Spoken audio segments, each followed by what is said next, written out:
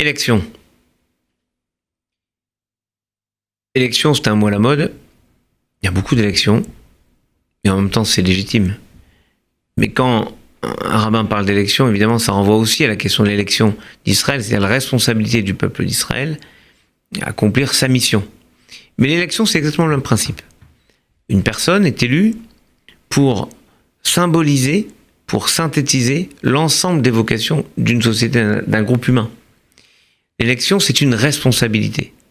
On n'est pas élu pour en tirer un avantage, on est élu pour servir une collectivité, quelle que soit sa taille. Ça peut être une mairie, un département, une région, un canton, un poste de député, un président.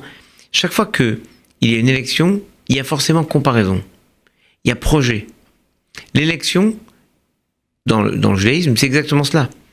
Ça n'a jamais été le résultat d'une grâce arbitraire de Dieu, comme certains pourraient le penser. C'est le résultat de l'engagement des patriarches. Lorsque Abraham comprend qu'il y a Dieu, il s'adresse à Dieu, il parle à Dieu. On a jamais dit d'ailleurs que Dieu lui répond tout de suite. Il parle à Dieu pendant des années, très longtemps.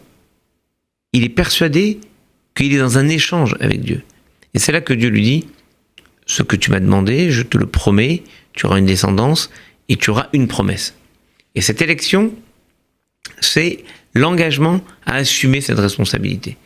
Et bien, chaque fois qu'il y a une élection, d'une certaine manière, nous sommes tous responsables de faire en sorte que les engagements pris au moment des élections soient respectés, c'est-à-dire qu'il y ait une continuité entre l'instant de l'élection et l'accomplissement de la promesse.